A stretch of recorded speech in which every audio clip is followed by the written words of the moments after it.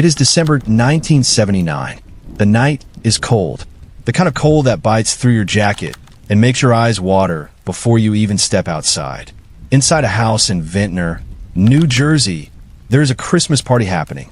There are people laughing. There is food on the table. There are drinks being poured. Someone is telling a joke. Someone else is laughing too loud at it. It looks like any other holiday gathering you have ever been to. Normal people, normal night, normal December. Vincent Falcone is there. He is a big man, strong, confident. He has known the host of this party for years. He trusts these people. He is relaxed. He has no reason to be afraid. He is among friends, or at least that is what he believes with every cell in his body. He will be dead before the night is over. Not because he stole something. Not because he was an enemy. Not because he did anything that most reasonable people would consider a serious crime against the man who was about to have him killed.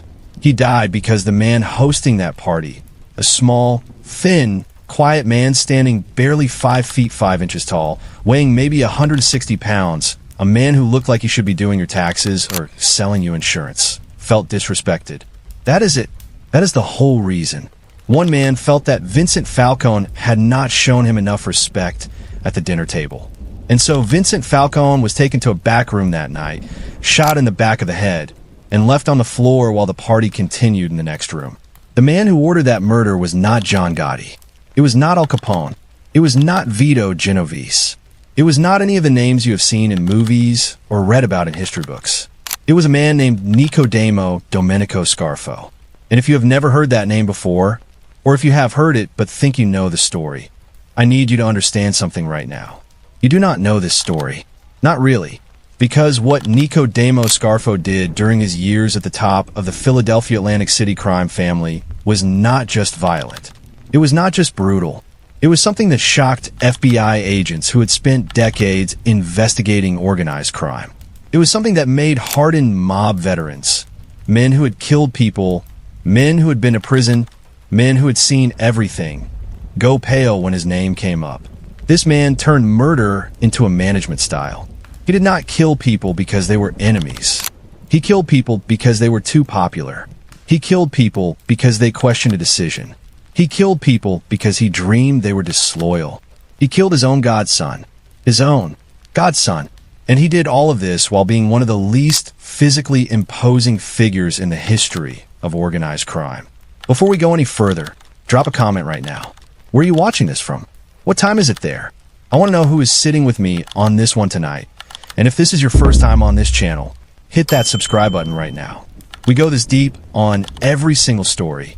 Every fact in this video is sourced. Every claim is real. Nothing is made up. Nothing is exaggerated. Because with Nicodemo Scarfo, you do not need to exaggerate anything. Like this video, share it with someone who thinks they know the mob. Share it with someone who has watched every mob movie ever made and thinks they understand this world. They do not, because no movie ever fully captured what this man actually was. This is the real story of little Nicky Scarfo, the most violent mob boss in American Mafia history. And it starts, like so many terrible things, with a family. Nicodemo Domenico Scarfo was born on March 8th, 1929, in Brooklyn, New York. He was not born into poverty exactly, but he was not born into wealth either. He was born into the kind of working-class Italian-American world that existed in New York in the late 1920s, a world where men worked with their hands, where family loyalty was not a saying, but a survival strategy, and where the streets outside your door taught you things that no school ever would. His family moved to Atlantic City, New Jersey, when he was still a young boy. And Atlantic City, in those years, was a very particular kind of place. It was a resort town. It had beaches and boardwalks. It had hotels and restaurants. It had tourists coming from Philadelphia and New York looking for a good time. And underneath all of that, underneath the lights and the salt air and the sound of the ocean, it had something else entirely. It had organized crime running through it like blood through a body. Atlantic City had been a mob-connected city for decades before Scarfo was born. The corruption went deep into the police department, into City Hall, into the courts. The mob did not operate in Atlantic City despite the law. It operated alongside the law hand in hand, dollar by dollar, favor by favor. This was the world young Nicodemo Scarfo grew up in. Now here is the first thing you need to understand about Scarfo, and this is important. His uncle, his actual blood uncle, his mother's brother, was Angelo Bruno. Angelo Bruno, the man who would become known as the Docile Don, the Gentle Don, the boss of the Philadelphia crime family who ran one of the most profitable and peaceful mob operations in the entire country for more than 2 decades without causing the kind of bloodshed that made other families famous. Bruno was Scarfo's uncle. Think about that for a moment. The most peace-preferring boss in Philadelphia Mafia history, and his nephew became the most violent mob boss America had ever seen. Same bloodline, completely opposite philosophies, completely opposite results. How does that happen? To understand it, you have to understand what Nicodemo Scarfo looked like. And more importantly, you have to understand what that appearance did to him psychologically over the course of his entire life. Scarfo was small, 5 feet 5 inches, 160 pounds, with a face that was not threatening, with a build that was not imposing. He was the kind of man who could walk into a room full of people and nobody would look twice. He could stand next to the men he would later command, men who were physically much larger, much heavier, much more visually intimidating, and disappear. And he knew it. He knew it every single day. Criminologists and FBI behavioral analysts who studied Scarfo later in his career noted something that they said was almost textbook in its clarity. When a person grows up feeling physically smaller and less imposing than the people around them, especially in a world like the mob, where physical presence and dominance are deeply tied to respect, they sometimes compensate in extreme ways. Some people compensate by becoming louder. Some compensate by becoming funnier. Some compensate by becoming smarter or richer. Nicodemo Scarfo compensated by becoming the most willing to kill. Because in the world he lived in, violence was the great equalizer. It did not matter how tall you were. It did not matter how big your muscles were. It did not matter how intimidating your face looked. If you were the most willing, the most eager, the most immediate to order a killing, then everyone around you understood something very simple and very permanent. This man is dangerous. And in the mob, dangerous means powerful. But this did not happen overnight. Scarfo did not wake up one morning as a boss and start ordering murders. The violence in him was visible from the very beginning. It showed itself in ways that should have been warning signs to everyone around him, and in some ways, to the uncle who would eventually try to use him. As a young man in Atlantic City, Scarfo moved through the lower levels of mob life the way most young men in that world did. He ran errands. He collected small debts. He did the kind of work that proved you were loyal and willing before anyone trusted you with anything bigger. He got arrested multiple times for minor offenses. He had a reputation for a short temper. He was known on the street as someone you did not want to argue with. Not because he would beat you up, but because something in his eyes told you the argument would not end the way arguments normally end. He collected debts. He ran numbers. He moved through the criminal underground of Atlantic City doing what young mob associates did. And then came 1963, and the moment that showed everyone, should have shown everyone, exactly who Nicodemo Scarfo really was. It happened in a diner, a regular diner, formica tables, vinyl seats, coffee and eggs, the kind of place that exists in every American city. Scarfo was sitting at the lunch counter when a longshoreman named William Dugan sat down in a seat that Scarfo apparently felt was his, or too close to his. The exact detail changes depending on the source, but the core of it is consistent across every account. There was a dispute over seating, over personal space, over something so small and so ordinary that on any other day, with any other person, it would have ended with one of them shrugging and moving. Scarfo stabbed William Dugan. He pulled out a knife and stabbed a man in a diner over a seat at a lunch counter. Dugan survived, but barely, and Scarfo went to prison for it. Now stop and think about this for a second, because this is not a story about the mob yet. This is not a story about territory or money or power. This is a story about a man who responded to a minor social inconvenience. Someone sitting near him at a diner with a near-fatal stabbing. That is not normal. That is not even normal criminal behavior. Most criminals, even violent ones, have a threshold. They have a calculation. Is this worth it? Is this worth the risk, the prison time, the attention? Scarfo's threshold was sitting at a lunch counter. His uncle Angelo Bruno was furious. Not just because his nephew had nearly killed a man over nothing, but because the killing had been messy, public, and stupid. Bruno ran a careful operation. He did not like attention. He did not like newspaper headlines.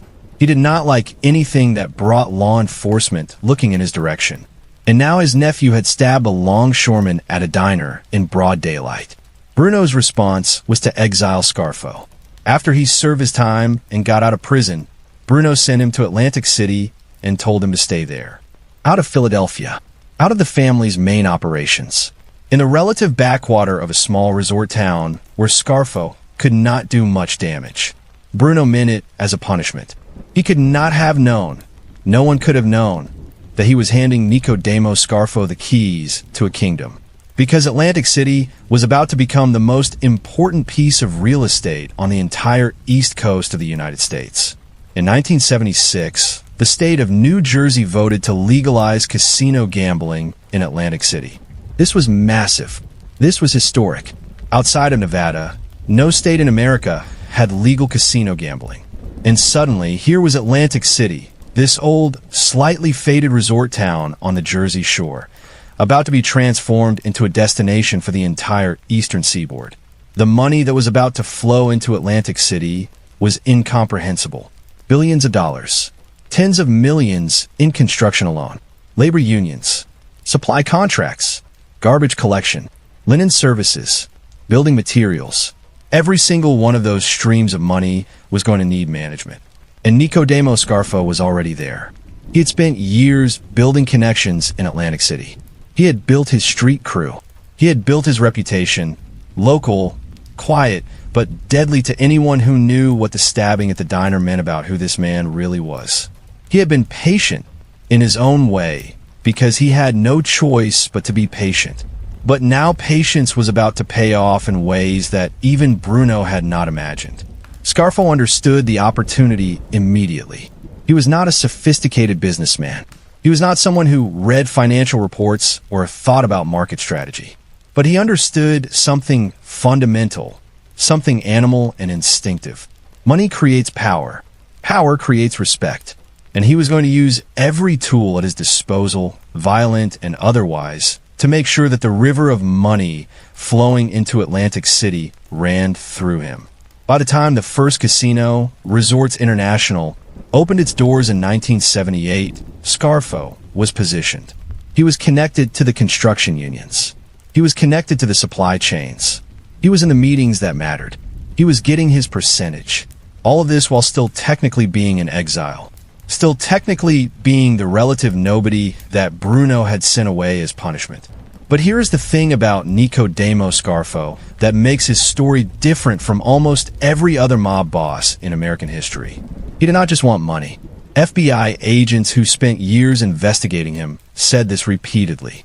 The prosecutors who tried him said it. The men who worked for him and later testified against him said it. Even criminologists who studied his case from the outside said it. Money was not the point. Respect was the point. Respect, the feeling of being seen, of being feared, of being acknowledged as important and powerful and untouchable. That was what drove Nicodemo Scarfo more than any dollar figure ever could. And that distinction, that shift in motive from profit to respect, is what made him so extraordinarily dangerous. Because a boss who kills for money has limits. If killing someone costs more money than it makes, a rational criminal boss will usually find another way. There is a calculation. There is a business logic, twisted as it is, that acts as a brake on the violence. A boss who kills for respect has no such brake. If he feels disrespected, rightly or wrongly, in reality, or only in his own paranoid imagination, the response is the same.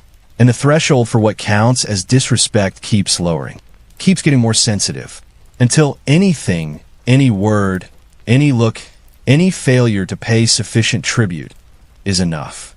That is what Nicodemo Scarfo became. And the city of Philadelphia, and everyone connected to it, was about to find out. But before we get to Scarfo on the throne, we need to understand what that throne was built on. Because the Philadelphia crime family was not just any mob family. It had a history. It had a culture. It had rules. And almost all of those rules were about to be destroyed. Imagine a neighborhood, a big neighborhood, the whole city of Philadelphia and all of South Jersey attached to it. Millions of people, hundreds of thousands of businesses, restaurants and factories and construction sites and garbage trucks and labor unions. Now, imagine that underneath all of that, quietly, carefully, and very profitably, one group of men controlled a significant piece of the money that moved through all of it. Not through violence, not through warfare, through relationships, corruption, and the slow, steady accumulation of arrangements that suited everyone involved. That was the Philadelphia crime family under Angelo Bruno. Bruno became boss of the Philadelphia family in 1959, and he ran it for more than 20 years. And in those 20 years, he built something that was genuinely unusual in the world of American organized crime. He built peace. Bruno had a philosophy that was simple and enormously effective. Violence was expensive. Violence brought attention. Violence brought the FBI and the newspapers and the politicians who needed to look tough. Violence disrupted the business. And business, steady, quiet, profitable business, was the whole point. So Bruno negotiated. He talked. He made deals. He sat down with men who had disagreements, and he found solutions that left everyone with enough. He brokered peace with the New York families. He maintained relationships with corrupt officials who made his operation smooth. He kept his men earning and kept the peace. And in doing so, he made the Philadelphia family one of the most profitable in the country.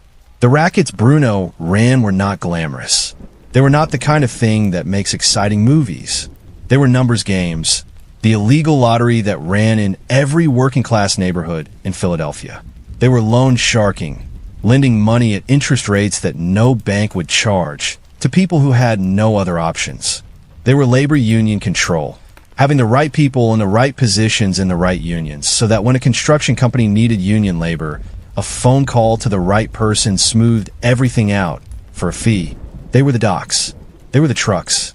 They were the small businesses that paid insurance money, not the legal kind, to make sure nothing bad happened to them.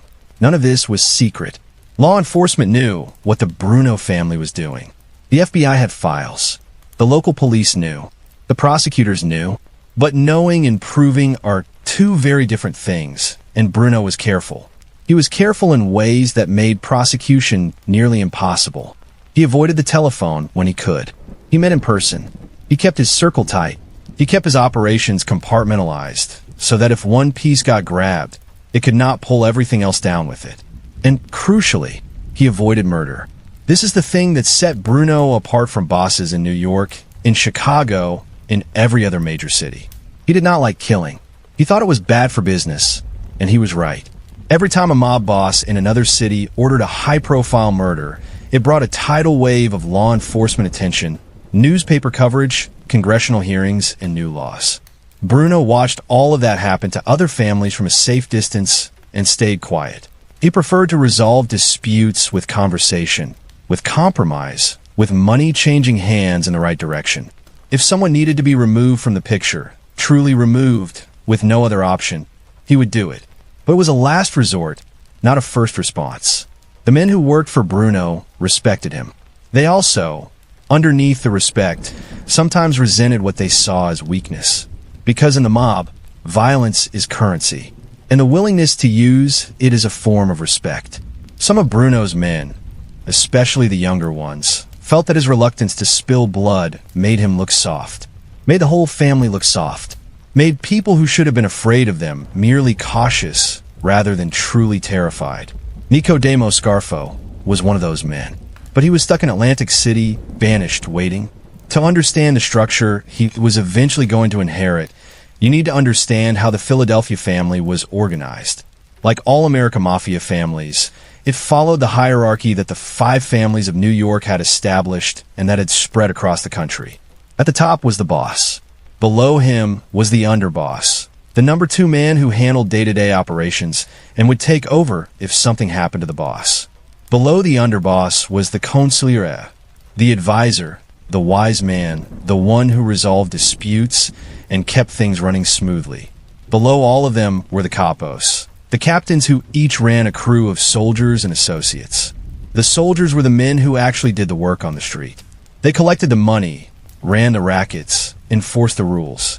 Below the soldiers were the associates, men who worked with the mob, but had not been officially made members, often because they were not of Italian descent, which was a requirement for full membership in the American Mafia. This structure worked because everyone knew their place. Everyone knew who was above them and who was below them and what the rules were. And as long as Bruno ran Philadelphia, this structure was relatively stable.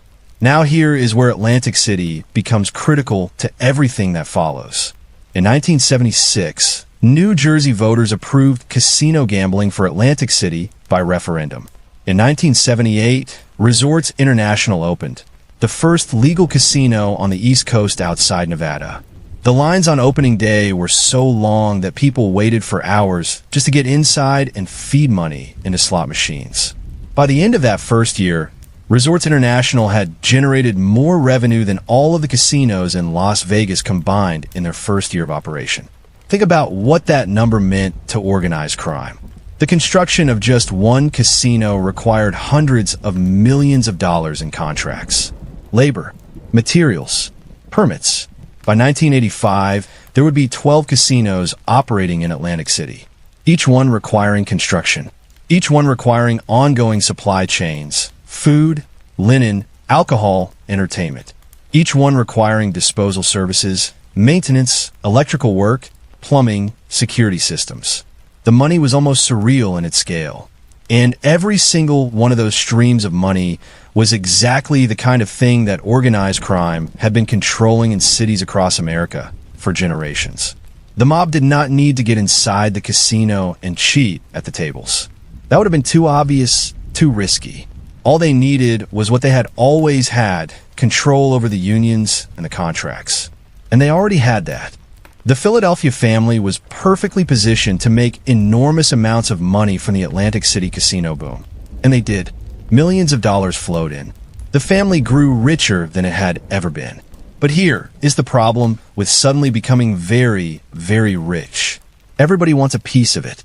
The New York families, the Gambinos, the Genovese, the others, looked at the Atlantic City money and wanted in. There were negotiations. There were agreements about what percentage went where. There was tension underneath the agreements because no one was ever completely satisfied. And inside the Philadelphia family itself, the sudden explosion of money created its own tensions. Men who had been earning modest amounts suddenly saw the scale of what was possible. Ambitions grew. Patience shrank. And Angelo Bruno, the careful, peaceful, business-minded Don, suddenly found himself managing not just a criminal organization, but a gold rush. He was getting older. He was getting less flexible.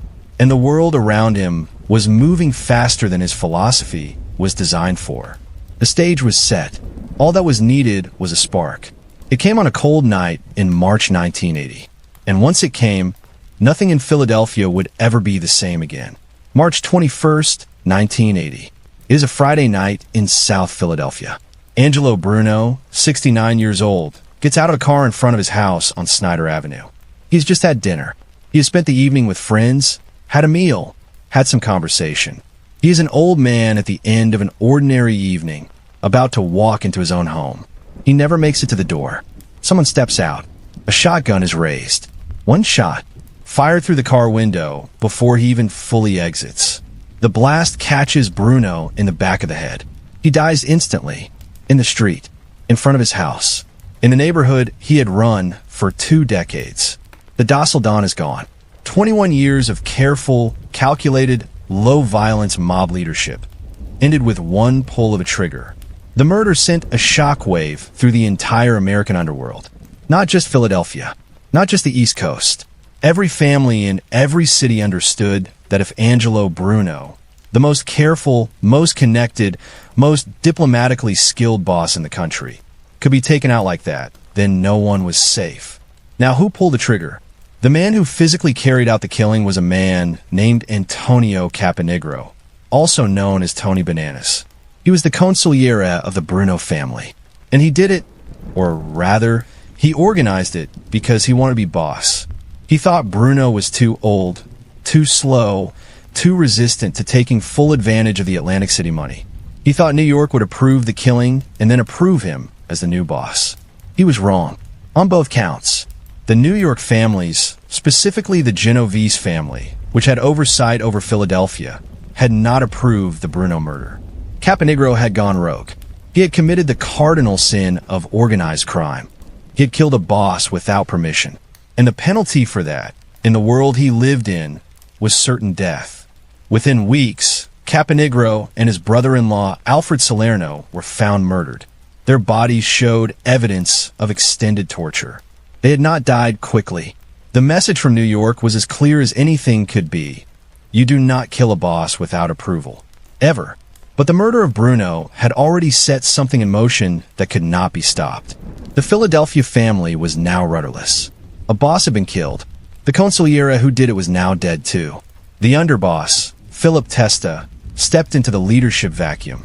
And New York, after considering their options, approved Testa as the new boss of Philadelphia. Philip Testa was a very different kind of man from Angelo Bruno. Testa, nicknamed the Chicken Man because he owned a poultry business, was not a diplomat.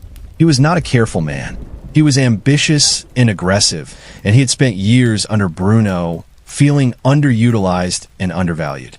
Now that he was the boss, he intended to run things his way. He immediately started making changes.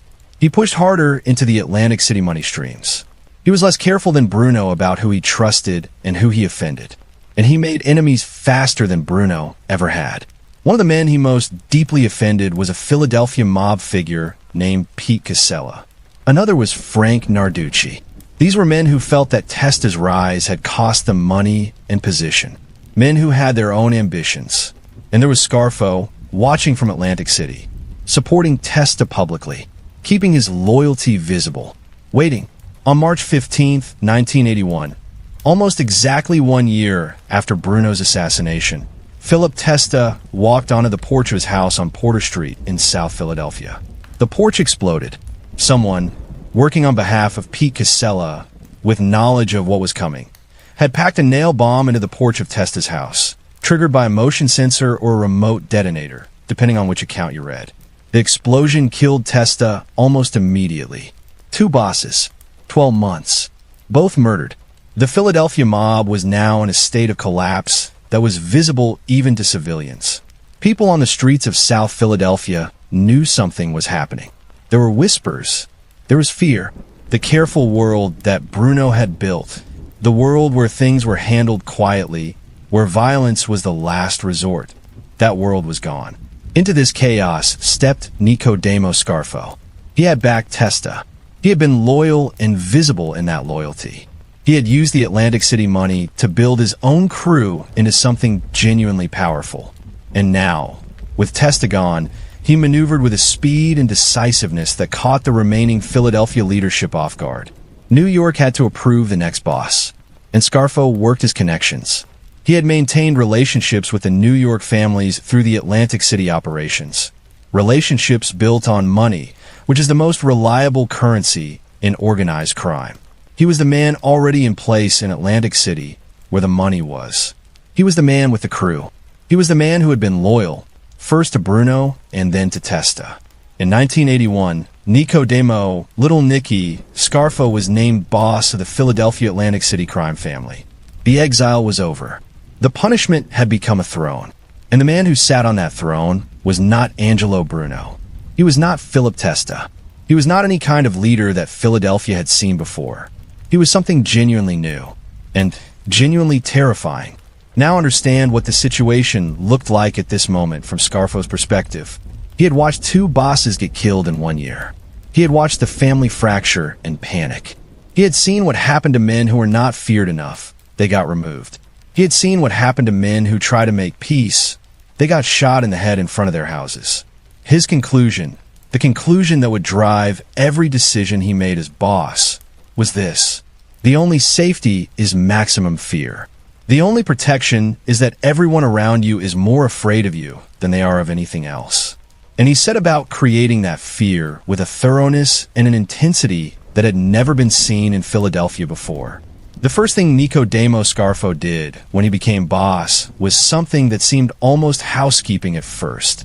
He started making lists. Not on paper, you did not write things down in the mob if you were smart, but in his head and communicated through the men closest to him. Scarfo began assembling a mental ledger of two kinds of people. People who were loyal, people who were not. The people who were loyal got protected, promoted, and made wealthy. The people who were not, or the people he was not completely certain about, went on the other list. And the other list was a death list. Let's introduce the men around Scarfo, because they are important to everything that follows. His underboss was Salvatore Chucky Merlino. Chucky was a South Philly guy, a lifelong mob associate who had known Scarfo for years. He was loyal in the way that men are loyal when the alternative is a bullet, completely and vocally. He ran the day-to-day operations in Philadelphia, while Scarfo spent much of his time in Atlantic City.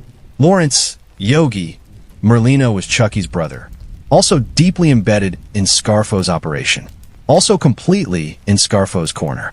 Thomas Del Giorno was a capo, a crew captain, who ran one of the most active earning crews in the organization. He was a moneymaker. He was good at the business. Scarfo valued him for that, though he never fully trusted him. He was right not to.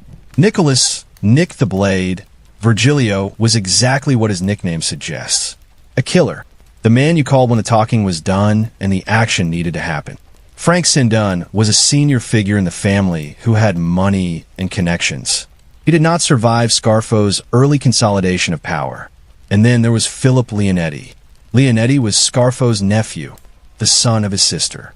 He was young, sharp, physically fit, and completely devoted to his uncle. Scarfo brought him up through the ranks personally, making him a soldier, then a capo, then effectively his second most trusted man in the entire organization. Leonetti was Scarfo's eyes.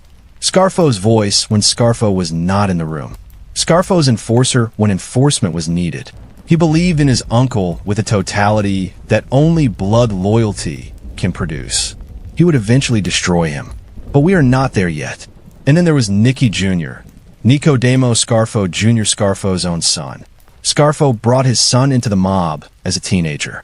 This was unusual even by mob standards. Most bosses kept their sons at a careful distance. Not because they didn't want them in the life, but because having your son in your criminal organization created hostages to fate. If the son got arrested, he became leverage. If the son did something stupid, it reflected on the boss. Scarfo did not care about any of that. He wanted his son close. He wanted his son to see the world the way he saw it. He wanted his son to understand power and how it was maintained. So Nicky Jr. came in, and he would eventually go to prison for it. Now, the culture change.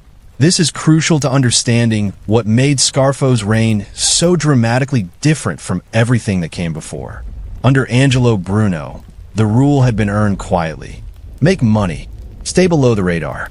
Resolve disputes through conversation.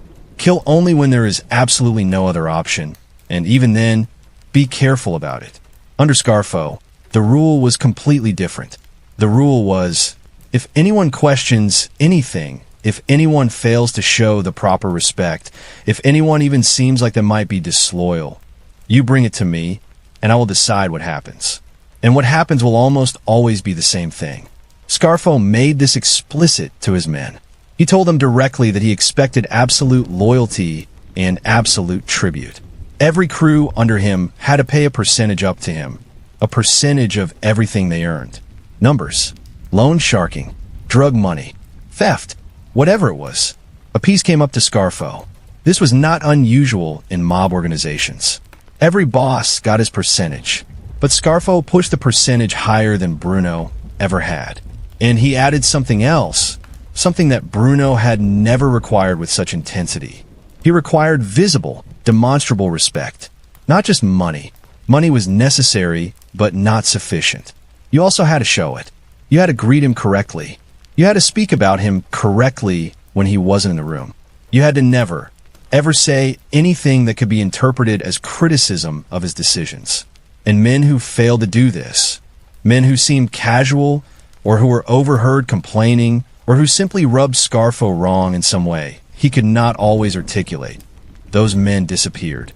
The contrast with Bruno was so stark that even within the family, men talked about it in whispers. Bruno had been feared and respected. People worked for him because they genuinely believed that if they played by the rules, they would be protected and they would earn. The fear was there, but it was proportionate. Scarfo was feared in a completely different way. He was feared the way you fear a fire. Not because you have done anything wrong, but because fire does not care whether you have done anything wrong. It just burns whatever it touches. Men in the Philadelphia family started watching what they said.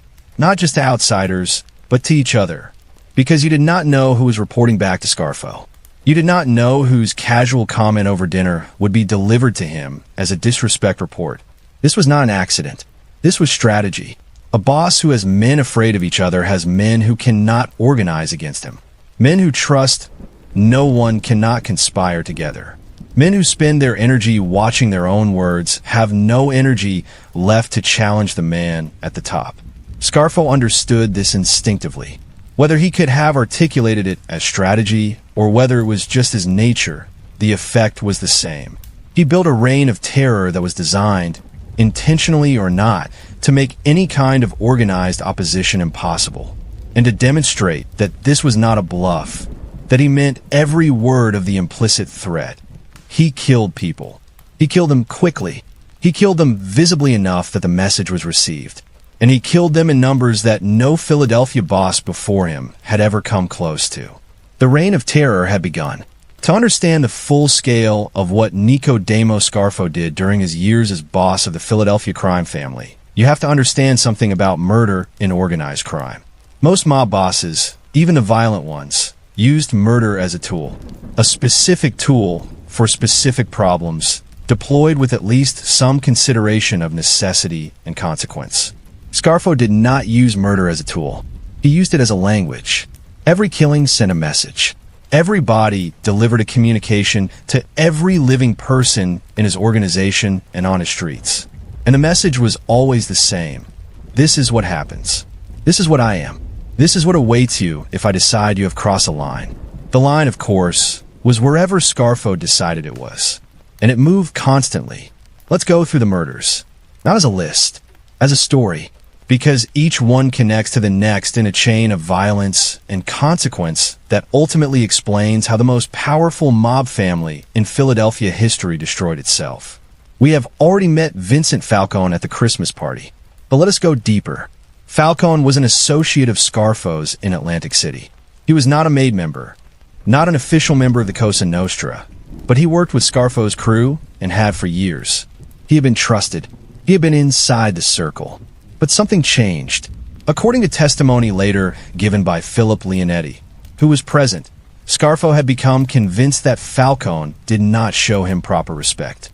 Falcone apparently spoke to Scarfo in ways that Scarfo found insufficiently deferential. He acted, in Scarfo's interpretation, like an equal rather than a subordinate. In Scarfo's mind, this could not be tolerated. The planning was careful. The Christmas party was the cover, a social event where Falcone would feel comfortable and relaxed, where there was no reason for him to be on guard. Leonetti participated in the murder. According to his later testimony, Falcone was lured to a back area of the house and shot. Then, and this is the detail that defines Scarfo more than almost anything else, Scarfo went back to the party. He went back to the food and the drinks and the Christmas decorations and the people, and he continued the evening. He did not flee. He did not panic. He ate his food and talked to his guests while Vincent Falcone's body was being dealt with. That coldness, that absolute, unwavering emotional detachment from an act of murder he had just ordered, was not simply psychopathy. It was performance. It was Scarfo demonstrating to every man present who he was and what he was capable of. They all got the message. To understand this next chapter, you need to understand who Harry Rickabeen was. Harry Rickabeen was a mob figure in Philadelphia who had been around for decades. He was known as Harry the Hunchback because of a physical deformity that bent his posture. He was old.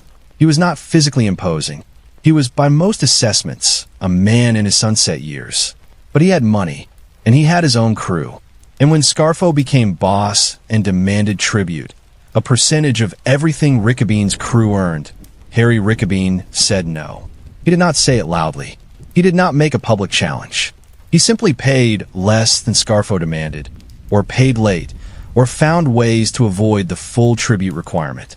In the hierarchy of mob disrespects, this was significant. It was not just about money. It was about whether Scarfo's authority was real. If Rickabean could pay less than the tribute and face no consequence, then every other crew boss in Philadelphia would notice. And they would all start calculating whether they too could pay less and face no consequence. And if enough of them made that calculation and acted on it, Scarfo was not a boss. He was just a man with a title. Scarfo sent people to talk to Rickabean. The talks went nowhere. So Scarfo went to war. The Rickabean War was not a single battle. It was a sustained campaign of targeted violence that ran for nearly 2 years. Members of Rickabean's crew were hunted down and killed. Rickabean's own half-brother, Mario, was shot and killed. His other half-brother, Robert, was shot and wounded but survived. Rickabean himself, this old man, this grandfather figure with a hunched back, went on the run. He did not give up. He fought back. His people tried to kill Scarfo. The attempt failed, but it happened, which was remarkable in itself.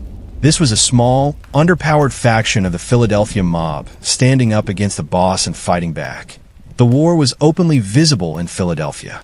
Bodies appeared on streets. Men were shot in cars. Newspapers were covering it. The FBI was watching.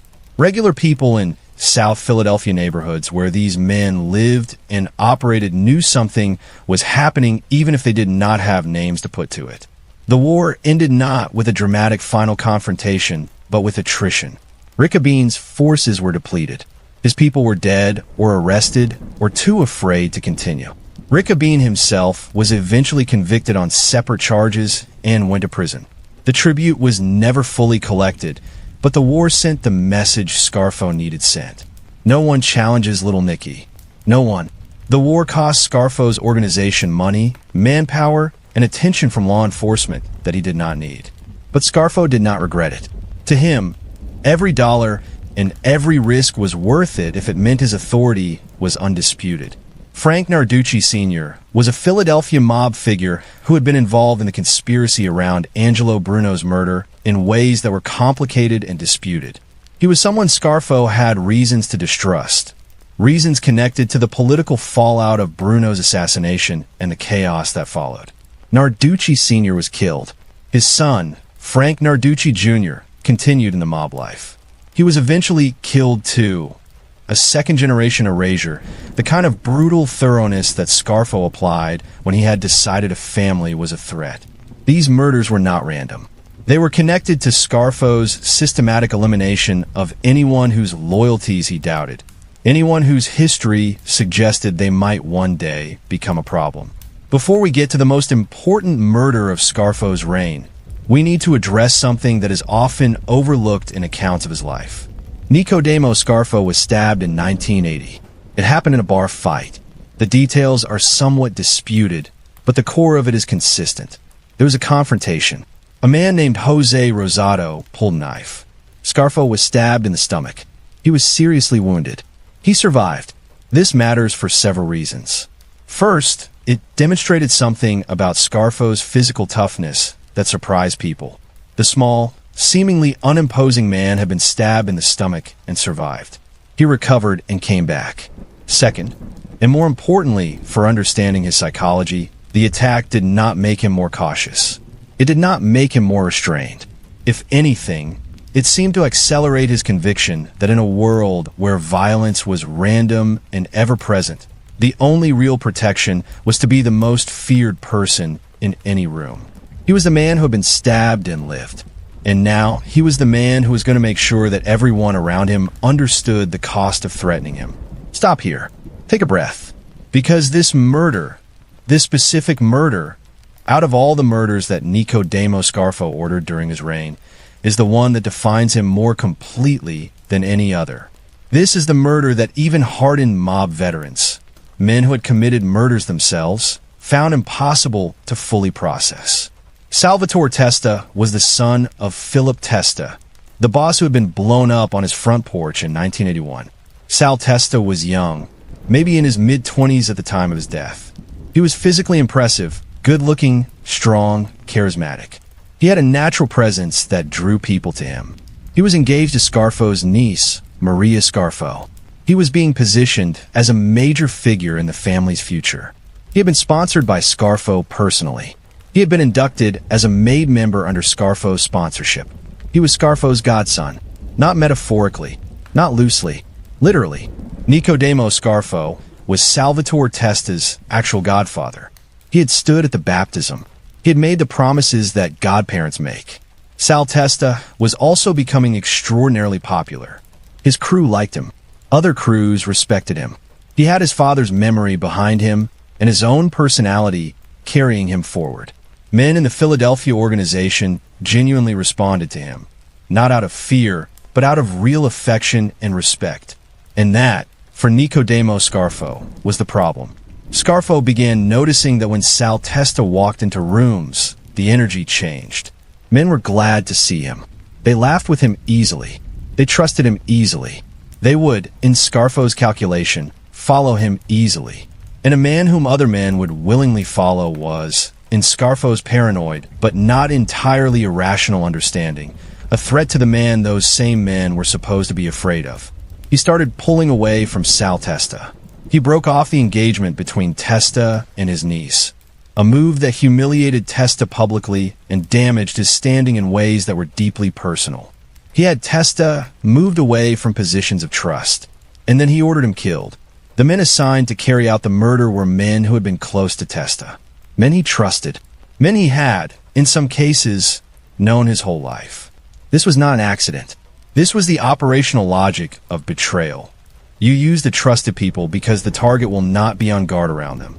Sal Testa was lured to a candy store in South Philadelphia. He was shot. He was left dead on the floor of the store. His murder shocked the Philadelphia underworld in a way that nothing else Scarfo had done quite managed to. Because here was the boundary that even criminals maintained. You did not kill your godson. You did not kill the man engaged to your own blood relative. You did not kill a man who was loyal to you, who had done nothing against you, who had committed no offense except being too likable. Even men in Scarfo's own organization who had participated in killings, who had ordered violence, who had never for a moment felt that murder itself was wrong. Even those men were disturbed by the Testa murder, because it said something about Scarfo that no one could rationalize away. He would kill anyone, not just enemies, not just problems, anyone. If you were too popular, he would kill you. If you were too successful, he would kill you. If he simply thought about you at 3 in the morning and felt something he interpreted as suspicion, he would kill you. There was no safety, not for enemies, not for allies, not even for family, not for godsons. This is what the FBI agents who later worked the Scarfo case said was his defining characteristic. Other mob bosses had limits, psychological limits, if not moral ones. Scarfo did not. His only limit was whether he wanted to do it, and he almost always wanted to do it. Nicholas Caramandi, one of the men who later flipped and testified against Scarfo, said in court that after the Testa murder, he started sleeping with a gun under his pillow. Not because of any external threat, because of his own boss. Think about that. A mob soldier, a man who had committed violence himself, who lived in the criminal world his entire adult life, was afraid to sleep without a weapon because of the man he was supposed to be loyal to. That is the measure of what Nicodemo Scarfo had become.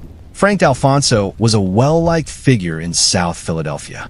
He ran a flower stand, hence the nickname. He was not exactly a civilian, but he was on the fringes of the mob world rather than deep inside it. He became a target because of money. There was a dispute about tribute, about whether D'Alfonso was paying what Scarfo felt was owed. There were also suggestions that D'Alfonso had been talking to people in ways that Scarfo found disrespectful. D'Alfonso was shot and killed on the street. His murder was notable for several reasons. First, he was not a made member, not someone deeply embedded in the hierarchy, which meant Scarfo was extending his violence outward from the inner circle into the broader criminal community around him. Second, the killing was witnessed by people who had no connection to the mob, which created the kind of law enforcement attention that was already accumulating around Scarfo's organization. Stand back from the individual murders for a moment and look at the pattern. A man who earned too much without paying enough tribute, killed. A man who was too popular, killed. A man who argued at dinner, killed. A man who didn't pay a parking lot debt, killed. A maid member who asked the wrong question, killed. A godson who smiled too easily, killed. Between 1980 and 1987, the years of Scarfo's dominance, prosecutors would eventually attribute at least 20 to 30 murders to his organization. Some accounts put the number higher. FBI documents and court records from the subsequent RICO trials detailed killing after killing, each one connected to Scarfo's name either as the man who ordered it or as the man whose paranoid interpretation of some slight sent the mechanism in motion. That is a murder rate that no other mob boss in American history, not Gotti, not Capone, not Anastasia, not any of them, matched over a comparable period in terms of proportion of organization size to kill count. Anastasia was called the Lord High Executioner. He ran Murder Incorporated and was connected to dozens of killings across decades. But even he was operating as part of an organizational structure that had some logic, if dark and brutal logic, to the violence. Scarfo's violence was personal, emotional, immediate. It was the violence of a man whose psychological need for absolute dominance overrode every other consideration. And the people around him knew it. They knew they were not safe. They knew the man they worked for would kill them if the mood took him. They knew the only way to survive was to stay out of his sight lines, stay invisible, earn their money, and send it up the chain and pray. But even that was not enough protection, because men who stayed invisible sometimes got killed for being invisible, for not being visible enough, not showing enough loyalty, not showing their face at the right moment. There was no formula for safety. That is the nature of arbitrary violence. It is not just the violence itself that causes damage. It is the impossibility of predicting it. When you cannot know what will trigger the response, you are constantly afraid. In a criminal organization where everyone is constantly afraid is an organization that is starting to break apart, it seems. Because fear, held long enough, turns into something else. It turns into desperation. And desperate men make decisions that they would not otherwise make. They start talking to FBI agents. While South Philadelphia was running with blood, 70 miles to the southeast, on the New Jersey shore, money was pouring in from every direction. Atlantic City in the early 1980s was one of the most extraordinary economic phenomena in American history. When Resorts International opened its doors on May 26, 1978, it immediately set records. In its first year of operation, the casino generated over $200 million in revenue. The lines to get in stretched around the block. Gambling had been illegal in New Jersey forever, and suddenly here was a glittering, legal, accessible alternative to Las Vegas. And it was within a 2-hour drive of 60 million people on the East Coast. By 1985, 12 casinos were operating in Atlantic City. By 1986, the combined casino revenues exceeded $2 billion annually. $2 billion. In one city. In a city with a population of less than 40,000 permanent residents. The scale of the money was staggering. And with that money came everything that organized crime had been positioned to control for decades. Construction. When you build a casino, you're building a massive, complex structure that requires concrete, steel, electrical systems, plumbing, roofing, carpentry, glasswork, decorative elements, furniture. The list goes on for pages. Each one of those trades has a union. And in the Philadelphia Atlantic City area, those unions have been under varying degrees of mob influence for years. Scarfo, already established in Atlantic City through his exile years, moved quickly and systematically into the construction unions. His people were in the right positions. When a developer needed union workers for a casino construction project, a call to the right person meant that the workers were available and the work went smoothly. For a percentage. Always for a percentage. The garbage contracts were another piece of it. A casino produces enormous amounts of waste. The garbage has to be collected, has to go somewhere. Waste management in mob-connected cities had been a mafia specialty since at least the 1950s. Atlantic City was no different. The major garbage contracts in the city were influenced or controlled by people connected to Scarfo. Linen services, the sheets and towels and tablecloths that a dozen casinos required in industrial quantities, were another revenue stream. So was food service supply. So were certain security subcontracts. None of this required Nicodemo Scarfo to step inside a casino. He never needed to touch a slot machine or sit at a blackjack table. He was not skimming the gambling revenue directly. The casinos were heavily regulated and monitored for exactly that kind of interference. He was on the outside, taking money from every stream that fed the casinos without ever being inside them. His lifestyle reflected this wealth. He lived in a home in Longport, New Jersey, a small, exclusive barrier island community south of Atlantic City. The house was significant. It reflected a level of prosperity that was visible. His men were also earning more than they had ever earned under Bruno or Testa. The money was real. The money was enormous. And for a period in the early 1980s, it seemed like it might last forever. But the FBI was watching. The FBI had been watching Atlantic City since before the casinos opened. They understood what the casino boom meant for organized crime. There was not a local concern, but a national one, involving multiple families and billions in potentially corrupted dollars. They set up dedicated surveillance operations. They began developing sources. They applied for court-authorized wiretaps. One significant FBI investigation was focused on the Atlantic City mob operations that connected to Scarfo. Agents tracked meetings. They photographed people entering and leaving. They tried to map the organizational structure of who was connected to whom, who was reporting to whom, where the money was going. They began to understand the RICO angle. RICO, the Racketeer Influenced and Corrupt Organizations Act, had been passed by Congress in 1970. For years it had been used sparingly and not always successfully against organized crime. But by the early 1980s, prosecutors had gotten much better at using it. And what RICO said was revolutionary in the context of fighting the mob. It said that if you're a member of an organization that commits crimes as its regular way of doing business, even if you did not personally commit any specific crime, you can be charged for the organization's crimes. You can be held responsible for what the enterprise does. This was specifically designed to reach bosses like Scarfo, because Scarfo never personally pulled a trigger. He did not personally collect the extortion money. He did not personally drive the cars or handle the weapons or stand on the corners. He ordered. He directed. He was the architect.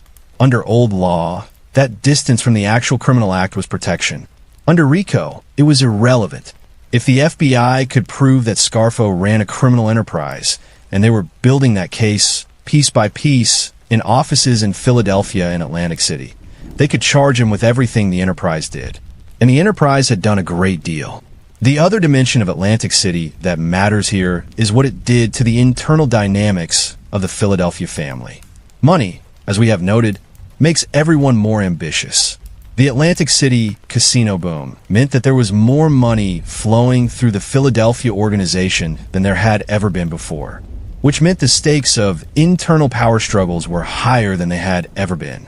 Under Bruno, most disputes were about modest earnings and modest rackets. Under Scarfo, men were fighting over percentages of contracts worth millions of dollars. The numbers were different, and different numbers change how men think about risk.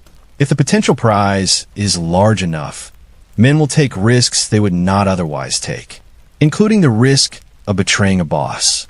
This calculation, the enormous prize of the Atlantic City money versus the enormous risk of crossing Scarfo, would eventually tip toward betrayal. But not yet. For now, the money flowed. The murders continued. And Scarfo sat in his Longport home, a small man at the top of an increasingly blood-soaked empire, believing that he had achieved what he had always wanted. He was respected. He was feared. He was powerful. He could not feel the ground beginning to shift under his feet. By 1985, the FBI's Philadelphia field office had made the Scarfo organization a top priority. This was not a casual decision. It required resources, agents, surveillance equipment, legal work to secure wiretap authorizations time. And in 1985, the FBI did not have unlimited resources. Every major investigation, they opened meant resources not spent elsewhere. But the Scarfo organization had become impossible to ignore. The murder rate in Philadelphia's mob world since 1980 was unlike anything the FBI had seen from an organized crime family in decades. Bodies kept appearing. The mob war against the Riccabene faction had been fought on the streets in plain view. The construction union corruption in Atlantic City was so extensive that almost no major contract had been untouched. The extortion operations were vast, and it was all the FBI believed controllable from the top of one organization by one man. Getting that man required someone on the inside. In mob investigations, informants are everything. The FBI can surveil, photograph, record, map, and all of that is valuable. But ultimately, to take down the leadership of a sophisticated criminal organization, you need someone who was in the room. Someone who can say, "I was there when Scarfo said this. I was there when Scarfo ordered this. I saw this happen." Getting that person required either tremendous luck or a great deal of patient, calculated pressure. The FBI began applying that pressure. They made arrests, not necessarily of the biggest targets, sometimes smaller figures in the organization, people who had done things that could be charged and proved without needing an inside witness. They arrested these people. They charged them. They sat them down in rooms and began conversations about cooperation. Most mob members, especially in the early stages, refused to cooperate. The culture of silence, omerta, was real. It was reinforced by genuine belief in the code and by genuine terror of what happened to men who broke it. But by 1985, the terror worked differently than it used to. In older mob structures, in the Bruno era, for example, an FBI agent offering a cooperation deal would face a relatively simple calculation from a man across the table. If I cooperate, my family is in danger. The boss will send someone. I will be killed. My family might be harmed. Better to take my prison sentence and stay quiet. Under Scarfo, that calculation had changed. Because under Scarfo, the alternative to cooperating was not necessarily safety. The alternative was going back to a world where Scarfo might kill you anyway. If you owed tribute you hadn't paid, if someone said something to him about you, if he woke up one morning feeling suspicious. Men in the Scarfo organization who went to prison and stayed quiet still had to worry, because Scarfo had reached into prisons before. The FBI understood this, and they used it. The message they delivered to potential cooperators was nuanced and effective. We can protect you. Scarfo cannot protect you. Scarfo is a threat to your safety. We can remove that threat, but you have to help us. Thomas Del Giorno was a capo, a crew captain in the Scarfo organization. He was a moneymaker. He ran numbers, loan sharking, and had been involved in the organization's violence. He was a valued member of the inner circle, and he was terrified. Del Giorno had been around Scarfo long enough to see the pattern. He had watched men get killed for reasons that made no sense from a business perspective. He had seen the Salvatore Testa murder, had been involved in the planning of it, and the full horror of what that meant had not left him. If Scarfo would kill his own godson, then no one was safe. Del Giorno was also facing serious federal charges of his own. The FBI had built a case against him that would likely result in a very long prison sentence. Facing the prospect of decades in prison on one side and a boss who might have him killed on the other, Del Giorno made his decision. He agreed to cooperate. The information he gave was extraordinary. Del Giorno had been in the room for crucial conversations. He had been part of planning sessions for murders. He knew the financial operations. He knew who gave orders and who received them. He was not a peripheral figure. He was someone who had been in the center of things for years. When he started talking, the FBI finally had what they had been building toward, a credible inside witness who could tie Scarfo directly to murders. Nicholas Caramandi went by the nickname The Crow. He was not a capo. He was a soldier, but he had been involved in some of the most significant operations of the Scarfo era. He had been present at the Vincent Falcone murder in 1979. He had participated in other violence. He knew things, and like Del Giorno, he was both facing charges of his own and genuinely afraid of the organization he was in. Caramandi was also, by his own later admission, disgusted by what the organization had become under Scarfo. He had come up in the Bruno era, when there was at least a veneer of organization and logic to things. Under Scarfo, it felt to him like working for a man who might decide on any given morning to have you killed. He agreed to cooperate. Together, Del Giorno and Caramandi gave the FBI what prosecutors would describe as a comprehensive operational manual for the Scarfo organization. They named names. They described murders. They explained the financial structures. They laid out the hierarchy. They confirmed the wiretap evidence by placing recorded conversations in context. Their testimony would be the backbone of the prosecutions that followed. Simultaneously with the development of human sources, the FBI's court-authorized wiretaps were producing material. Mob figures have always known to be careful about telephones. But careful does not mean perfect. And conversations happen in places other than phones, in cars, in restaurants, in meeting rooms, that can be surveilled with the right equipment and the right legal authorization. The recordings that the FBI accumulated through the mid-1980s showed Scarfo in ways that his public presentation never did. They showed a man who spoke casually about violence, a man who discussed the disposal of problems in terms that stripped away any ambiguity about what those problems were. They showed a man who was running a criminal enterprise, not just connected to one, but running it. By 1986, the FBI had enough. They had Del Giorno. They had Caramandi.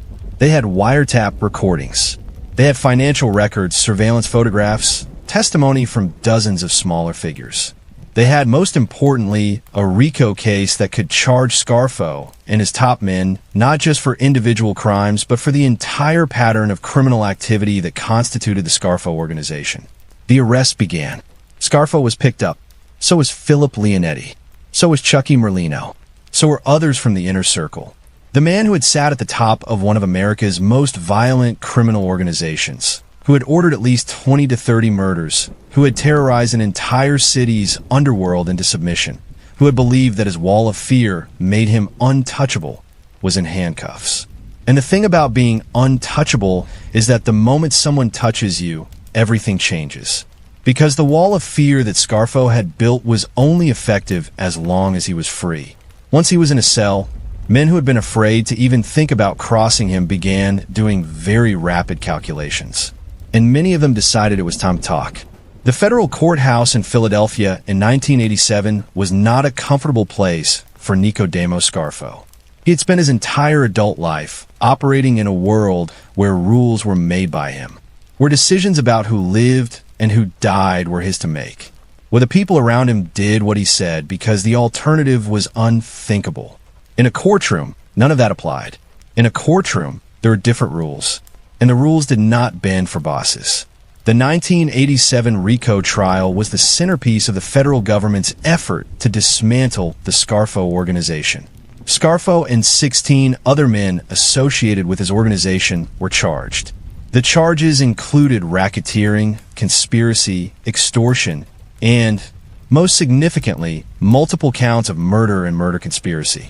The government's case was extensive. It was built on years of surveillance, on the testimony of cooperating witnesses, and on physical evidence gathered through searches and wiretaps. Thomas Del Giorno took the stand. He was calm. He was detailed. He knew what he knew, and he communicated it clearly. He placed Scarfo at the center of decisions about murder and extortion. He described conversations that he had participated in. He named names and gave contexts. Nicholas Caramandi also testified. His testimony about the Falcone murder, at which he had been present, was particularly damaging because it placed Scarfo's personal involvement in or direct proximity to the commission of the crime, not just the ordering of it. The defense tried to discredit both men. They were criminals, the defense pointed out. They were liars. They were men who had made deals to save their own skins by helping the government put other people in prison. All of that was true.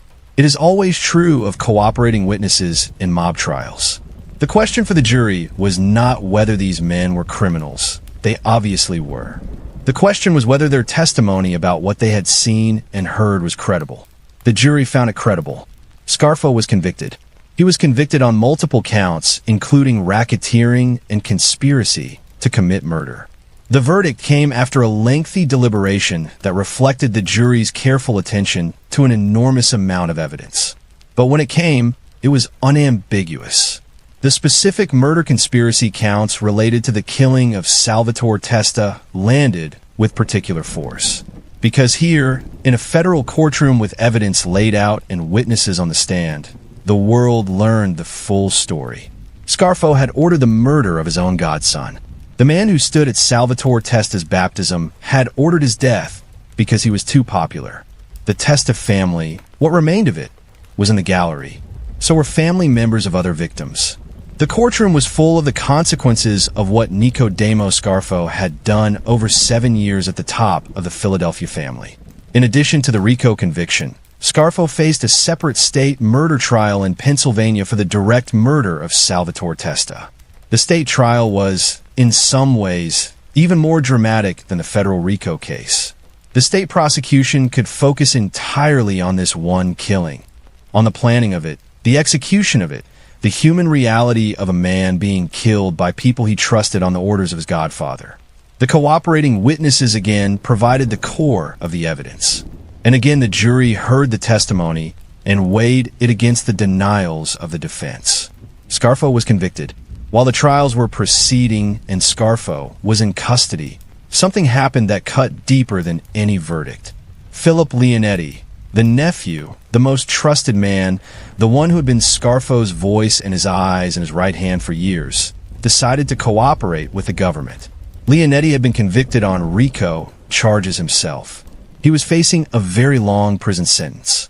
He had watched what happened when you were loyal to Nicodemo Scarfo. He had watched men get killed for imagined disrespects. He had participated in murders on Scarfo's orders. He had spent years inside the machine, and now the machine had broken down. Scarfo was convicted. The organization was destroyed. The men who had run the streets were in prison or dead or running. Leonetti made his calculation. He agreed to cooperate. The information he provided was comprehensive in a way that even Del Giorno and Caramandi's testimony had not fully achieved. Leonetti had been in the innermost circle. He had been present for conversations that no one else who was still alive and free had heard. He had participated in planning sessions for murders that had previously been only partially documented. He gave it all up. When news of Leonetti's cooperation reached Scarfo in prison, the reaction was immediate and volcanic. Scarfo called Leonetti a traitor. He called him a rat. He never forgave him. For the rest of his life, 28 more years behind bars, Scarfo maintained that Philip Leonetti's betrayal was the defining treachery of his existence.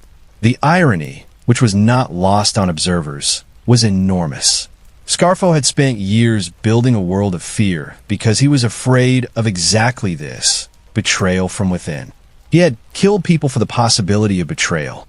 He had destroyed relationships and murdered allies because he could not bear the idea of someone close to him turning against him. And then his own nephew, the person he had trusted most completely in the world, had done exactly that. In 1989, Nicodemo Scarfo was sentenced to 55 years in federal prison on the RICO convictions. Additional sentences on other counts added more time. He was in his late 50s. He was not going home. Not in any realistic scenario. Not ever. The sentencing judge spoke about the scale of the destruction that Scarfo's organization had caused. Not just in terms of murders, though those alone were devastating enough, but in terms of the broader damage to businesses, communities, and families that had been subjected to extortion and violence over years. Scarfo sat through it. He showed no visible distress. He maintained the composure of a man who had decided that he would not give anyone the satisfaction of seeing him break. He was led away. The destruction of the Scarfo organization was not just about the boss. Within 18 months of Scarfo's conviction, the Philadelphia crime family had essentially collapsed. The leadership was in prison. Scarfo, Chucky Merlino, Philip Leonetti, and most of the capos. The cooperating witnesses had named almost every significant figure in the organization, stripping away whatever remained of the veil of secrecy. The men who were still on the street were a fraction of what the organization had been. They were demoralized, disorganized, and suddenly very visible to a federal law enforcement apparatus that had proven it could build cases and win. The The billions in Atlantic City money, the golden goose that had made the Philadelphia family richer than it had ever been, was no longer flowing in the organization's direction. The law enforcement attention on the casino construction unions and supply contracts had cleaned out much of the organized crime influence, or driven it so deep underground that it was no longer a reliable revenue source. The Philadelphia mob, which had been one of the most profitable and most feared criminal organizations in the eastern United States, was broken. It would never be put back together again. Not really. Not the way it had been. The men who came after Scarfo, and we will address them in the legacy section, would try. They would have their moments. But none of them ever rebuilt what had been there before. Because you cannot rebuild something that was destroyed from within. And that is exactly what Nicky Scarfo had done. From his paranoid, violent, ultimately self-defeating throne, he had destroyed the organization more thoroughly than any FBI investigation alone could ever have managed. The FBI got the convictions, but Scarfo had already done the most important work of destruction himself. Federal prison in America is not designed for comfort. But Nicky Scarfo's experience of federal prison was additionally shaped by his own circumstances, by the fact that he was one of the highest profile organized crime convictions of the decade, by the fact that he still had enemies, and by the fact that his own psychology was entirely unsuited to powerlessness. Because that is what prison is fundamentally. It is the systematic removal of the power to determine the shape of your own life. You eat when they say eat. You sleep when they say sleep. You go where they tell you to go. You are surrounded by people you did not choose and cannot remove.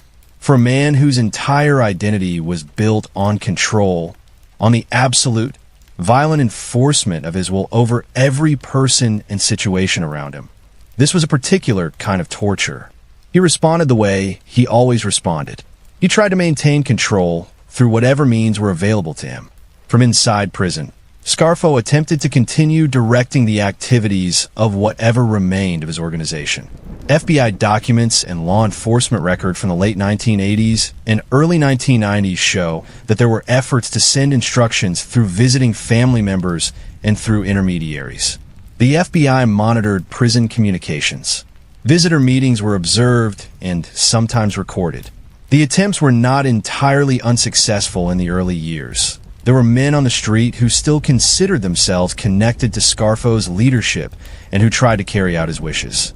But the organization was too depleted, too disorganized, too infiltrated for these efforts to reconstitute anything meaningful. The Scarfo organization, for practical purposes, was finished. What continued was more performance than substance. The maintenance of the idea of authority rather than the reality of it. Nicky Scarfo Jr., Nicky Jr., who had been brought into the mob as a teenager by his father, was also convicted and imprisoned. Father and son serving time simultaneously. This is the consequence that Scarfo's decision to bring his son into the life had ultimately produced. The dynasty he had imagined, the criminal bloodline, had ended in a federal prison. Nicky Jr. would eventually be released before his father's death. He went on to try to build a life outside of crime, though he would later be involved in legal proceedings of his own related to his father's former criminal world. But in the years when both father and son were imprisoned, there was something almost Shakespearean about it. The man who had wanted to pass his power to his son had instead passed him a prison sentence. Here is something important about Nicky Scarfo that his detractors and his defenders both acknowledge. He never cooperated. Never. Not once. Not when he was convicted. Not when the sentences were stacked. Not when the organization was destroyed around him. Not when his nephew cooperated. Not when his son was in prison. Not when he was aging and sick and the years were adding up. He never gave names. Never made a deal. Never sat across a table from a federal agent and traded information for reduced time. In a world where almost every man around him had flipped, Del Giorno, Caramandi, Leonetti, and many others, Scarfo maintained silence. What does this say about him? Different observers have different answers. Some say it was pride. Pure, personal, pathological pride. The same pride that had driven every decision of his life. The need to never appear weak, to never be the man who bent the knee, applied even in prison. Cooperating was submission. And submission was the one thing Nicky Scarfo could not do. Some say it was genuine belief in the code. That despite everything, despite the murders, the paranoia, the godson's blood on his hands, he genuinely held to some version of the omerta principle, that a man of honor did not cooperate with the government. Full stop. Some FBI agents who worked the case said it was simpler than either of those explanations. Scarfo had nothing to offer. By the time anyone would have been interested in a deal, the men he could have named were mostly already convicted, already cooperating themselves, or already dead. He had nothing the government wanted badly enough to trade significant time for. Whatever the reason, the silence was absolute, and it lasted until the end of his life. In 2001, 14 years after his original RICO conviction, while already serving 55 years in federal prison, Nicky Scarfo was convicted of another murder. The murder was that of a man named Salvatore Testa. No, not the same Salvatore Testa as his godson. This was a different man. He was connected to loan sharking operations in which Scarfo had maintained a financial interest even from prison. The conviction added additional time to a sentence that was already effectively a life sentence. But the conviction was significant for a different reason too. It demonstrated that Scarfo, even from inside a federal prison, was still attempting to use violence as a management tool, still trying to control through fear, still operating, as much as his circumstances allowed, according to the same rules he had always lived by. The man had not changed, could not change. The prison walls had not reformed or softened him. They had just restricted the radius of the damage he could do. The decades passed. Scarfo aged. He grew old in prison. His hair went white. His health declined. The man who had been at the top of everything, who had made men afraid to sleep without a weapon, became an old man in a federal prison medical facility.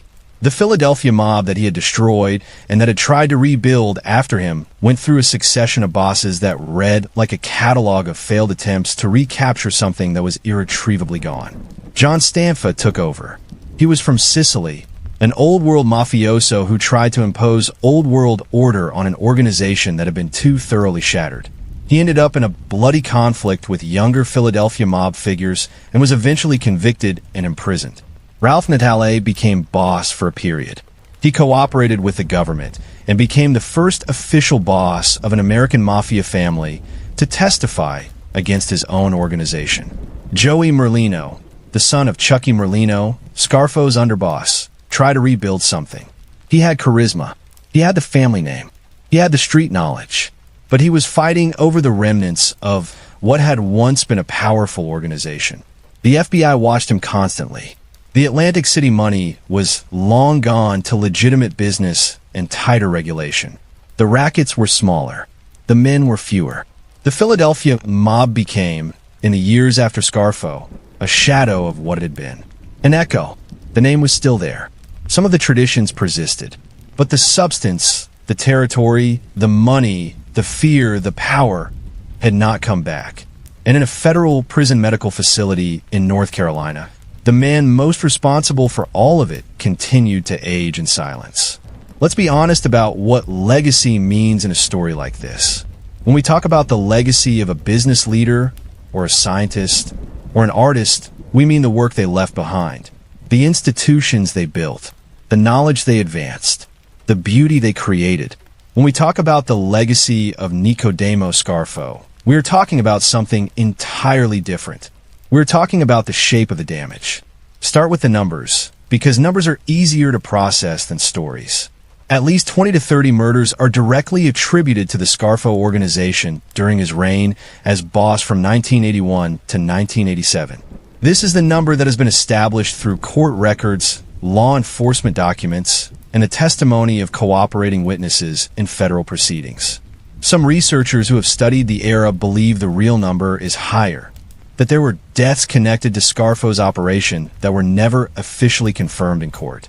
20 to 30 confirmed murders in 6 years. Each of those murders was a person. Each of them had family members who received the news. Each of them had people who mourned them. Not because they were angels, most of them were not, but because they were human beings, and the violent end of human life is always a tragedy regardless of the life that preceded it.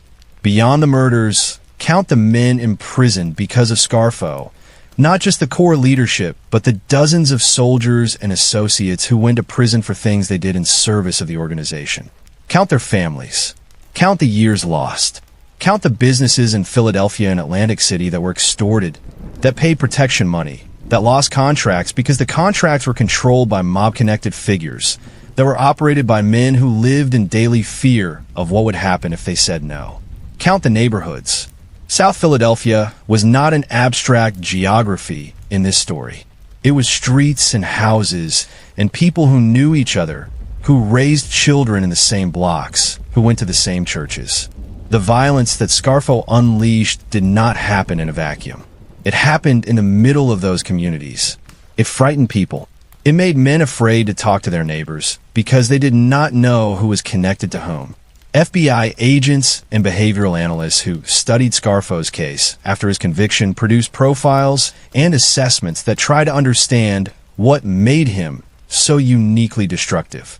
The consensus was something that echoes through the factual record of everything we have covered. Other mob bosses, even very violent ones, operated according to some version of business logic. Violence, in traditional organized crime, was a tool used to protect and advance economic interests. When violence served those interests, it was used. When it didn't, it was generally avoided because it was costly and risky. Scarfo violated this logic consistently and dramatically. His murders were often counterproductive from a business perspective. Killing the Riccabine faction cost money and men and law enforcement attention. Killing Salvatore Testa removed one of the organization's most valuable future assets. Killing associates for perceived disrespects reduced the pool of reliable earners. Killing people because he saw them as too popular created enemies where there had been allies. None of it made business sense. It made psychological sense. Scarfo was not managing a business. He was managing his own terror of being disrespected, his own need for absolute dominance, his own inability to tolerate any challenge to his self-image as a powerful, feared, important man. The profiler said that Scarfo represented something genuinely unusual, a mob boss whose personal psychology was so extreme, so disproportionate in its violence relative to any rational criminal objective, that he effectively functioned as a destructive force within his own organization. He was not just bad for his victims. He was bad for his own people. He was bad for his own family, in the criminal sense of the word. He destroyed the Philadelphia mob more thoroughly than any outside force could have, and he did it while believing he was making it stronger. It is worth spending a moment comparing Scarfo to the other mob bosses who often dominate the cultural conversation about the American Mafia. John Gotti became boss of the Gambino family in New York in 1985, around the same time Scarfo was at the peak of his power in Philadelphia. Gotti was theatrical. He loved the spotlight. He dressed in expensive suits. He held court publicly. He was acquitted 3 times on serious federal charges, earning him the nickname the Teflon Don, before finally being convicted in 1992. Gotti's violence was real, but it served political and organizational purposes within the mob structure. He was brutal when necessary and strategic about when necessary occurred. Al Capone ran Chicago in the 1920s and early 1930s. He was business-minded. He was brutal. He was capable of extraordinary violence. The St. Valentine's Day Massacre in 1929, where 7 men connected to a rival gang were machine-gunned in a garage, is one of the most notorious mob killings in American history. But Capone's violence was organized around business objectives, controlling bootlegging territory, eliminating specific rivals, sending specific messages to specific audiences. Vito Genovese ran the Genovese family in New York with cold calculation and strategic patience. He waited years for the right moment to make his moves. His violence was precise and purposeful. Against all of these, Scarfo's violence was different in kind, not just degree. It was personal. It was immediate. It was emotional. It was triggered by perceived slights that other mob bosses would have dismissed or resolved through conversation. It was extended to people, his godson, his own organization's future assets, who by any rational criminal calculation should have been protected. And it was ultimately catastrophically self-defeating. Every other major mob boss on that list, Gotti, Capone, Genovese, eventually fell. The mob is not a permanent institution. Law enforcement, RICO, informants, wiretaps, they get everyone eventually. But most of those bosses fell after achieving significant periods of stability and prosperity for their organizations. Scarfo's organization did not experience stability and prosperity under his leadership. It experienced a gold rush of Atlantic City money that was real and valuable, combined with a reign of terror that made the organization fragile, paranoid, and ultimately unsustainable. He poisoned what he was supposed to protect. This is the question that any honest account of Nicodemo Scarfo has to leave you with. Was he born this way? Or was he made? Was there something in his neurology, his psychology at the deepest level, that made him who he became, a person for whom violence was the first and most comfortable response to any threat to his ego? Or was he a product of circumstances? A man who was small in a world that valued size, who was underestimated by people who should have seen him clearly, who was exiled when he should have been incorporated, who was humiliated when he should have been respected, and who responded to that accumulated experience by building a wall of violence so high and so thick that no one would ever make him feel small again. Both things can be true simultaneously. Psychology rarely offers clean either-or answers. What we can say with confidence is this: the environment shaped the opportunity, but the violence was already inside the man. It was there at the diner in 1963. It was there at the Christmas party in 1979.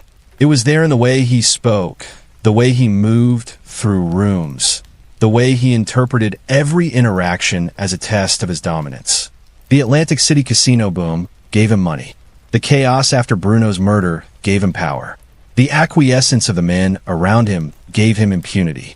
But the capacity for what he did with all of that was always there, born in it or built into it. Either way, he was genuinely dangerous in a way that transcended the ordinary parameters of criminal danger. In the city of Philadelphia, the men who worked for him, the men who were victimized by him, the men who were killed by him, paid the price for it every single day he held the throne. January 13th, 2017, the Federal Medical Center in Butner, North Carolina, a federal prison hospital, the kind of place where the government sends inmates who need medical care that ordinary prison facilities cannot provide. It is not a dramatic setting. It is not a cinematic ending. It is a medical facility inside a security perimeter with fluorescent lights and linoleum floors and the particular stillness of places where sick people live. Nicodemo, little Nicky Scarfo, died there. He was 87 years old. He had been in federal custody since 1987, 30 years. 30 years of prison hospitals, of aging behind walls. He had gone in as a man in his late 50s with iron self-control and the energy of genuine menace. He died as an old man in a hospital bed, dependent on medical staff for his care. He died still serving his sentence. The 55-year RICO sentence. The additional time from the 2001 murder conviction. The accumulated weight of everything he had done, translated into years and decades of confinement. He never saw the outside again after 1987. No walks on the boardwalk in Atlantic City. No dinners in South Philadelphia. No territory, no power, no organization to command. No one to fear him. No one to bring him tribute. No men to stand when he entered a room. Just a small, old man in a prison hospital, growing smaller and older, and then not breathing anymore. There was no mob funeral.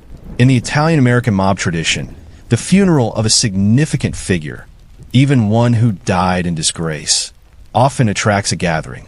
Men who knew him, men who respected him once, men who want to be seen paying their respects because the social calculus of the mob requires visible loyalty even to the dead. None of that happened for Nicodemo Scarfo. The Philadelphia mob that existed in 2017 was a handful of men with aging connections and diminished power. The men who had been his inner circle were dead or in prison, or living quietly under the shadow of their cooperation agreements. The organization he had destroyed was too far gone to muster even the performance of tribute. He was buried without ceremony. Philip Leonetti, the nephew who had betrayed him, who had sat across from federal prosecutors and given them the most intimate map of Scarfo's criminal world, was alive, living in witness protection. The government had kept its end of the deal it had offered him decades earlier. He had served a relatively short sentence, cooperated fully, and been given the chance to build a new life under a new name in a new place. He outlived his uncle. He was free when Nicodemo Scarfo died. Leonetti has given interviews and written about his experience.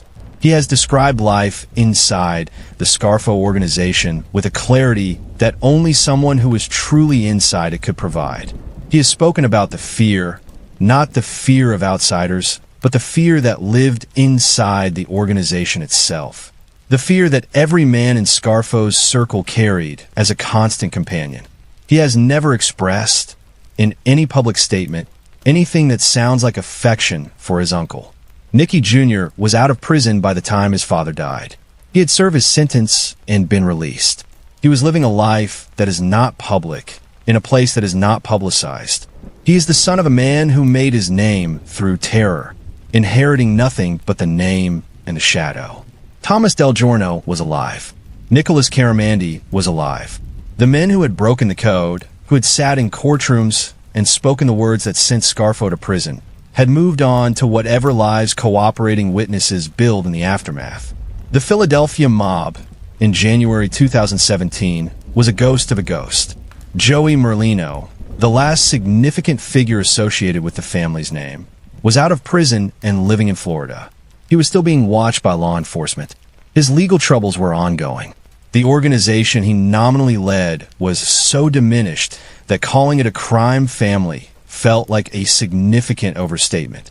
The structure that Angelo Bruno had built, that Philip Testa had briefly led, that Nicodemo Scarfo had taken over and destroyed, it was effectively over. Not because law enforcement had crushed it, though law enforcement had certainly tried, but because Scarfo himself had broken it beyond repair. The violence he had used to consolidate power had driven away the men who could have sustained the organization.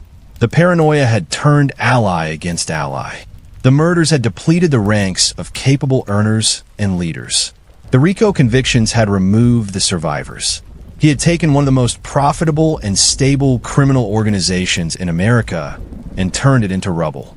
He had wanted respect above all things. He died in a prison hospital alone, without a funeral, without tribute, without the thing he had killed so many people trying to obtain. The story of Nicodemo Scarfo does not have a moral in the simple sense of the word. It is not a fable with a clean lesson at the end. It is too complicated and too brutal and too human for that. But it does have a truth embedded in it that is worth sitting with.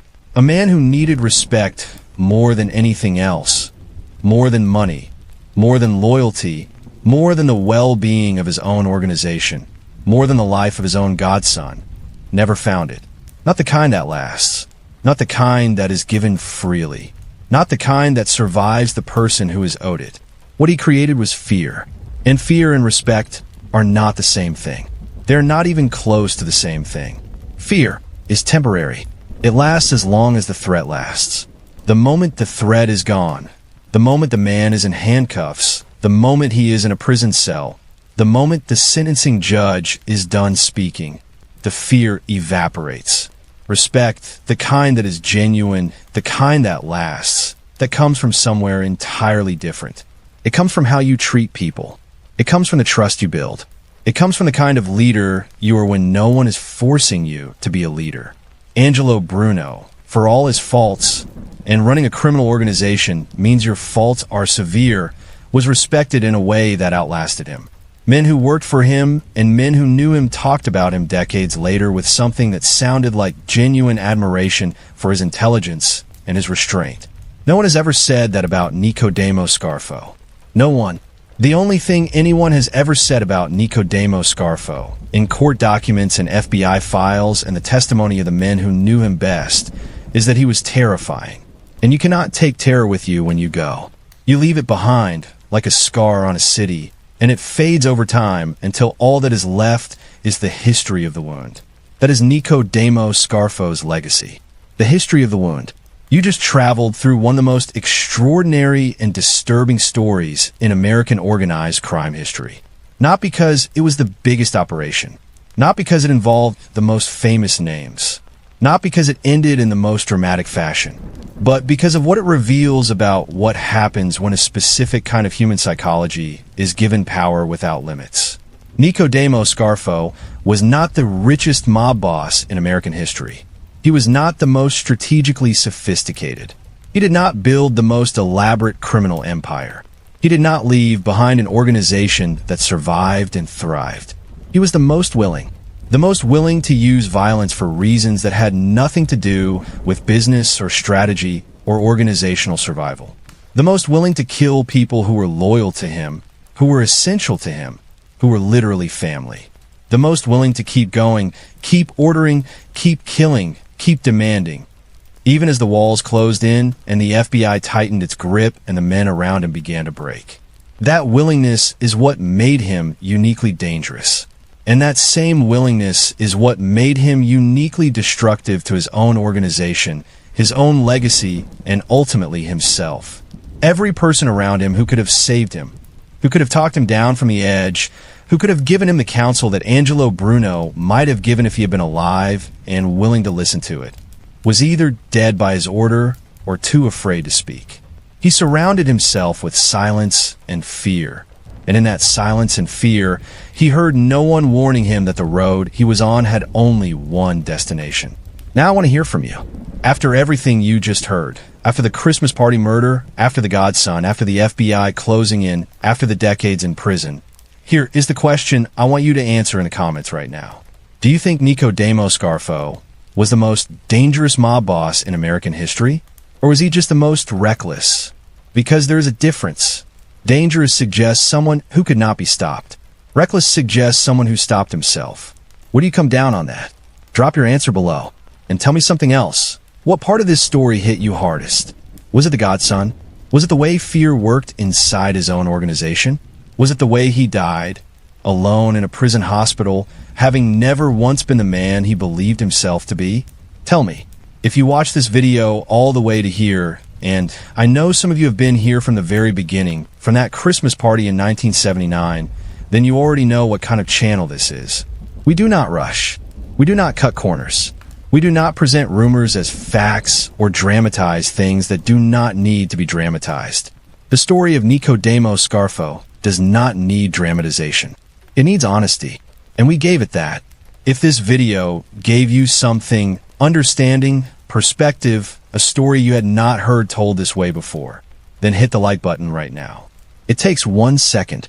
It tells the algorithm that this content matters. It helps other people who would want to see this find it. Share this with someone who loves true crime. Share it with someone who thinks they know everything about the mob. Share it with someone who has seen every mob movie ever made and thinks those movies captured the reality. They did not. This is what the reality looked like. Subscribe to this channel if you're not already here, but with the same fundamental question underneath it. What does power do to people who were never built to handle it? That question does not get old, and we're going to keep asking it. Stay close. The next story is coming, and it is something you have not heard before. Not like this.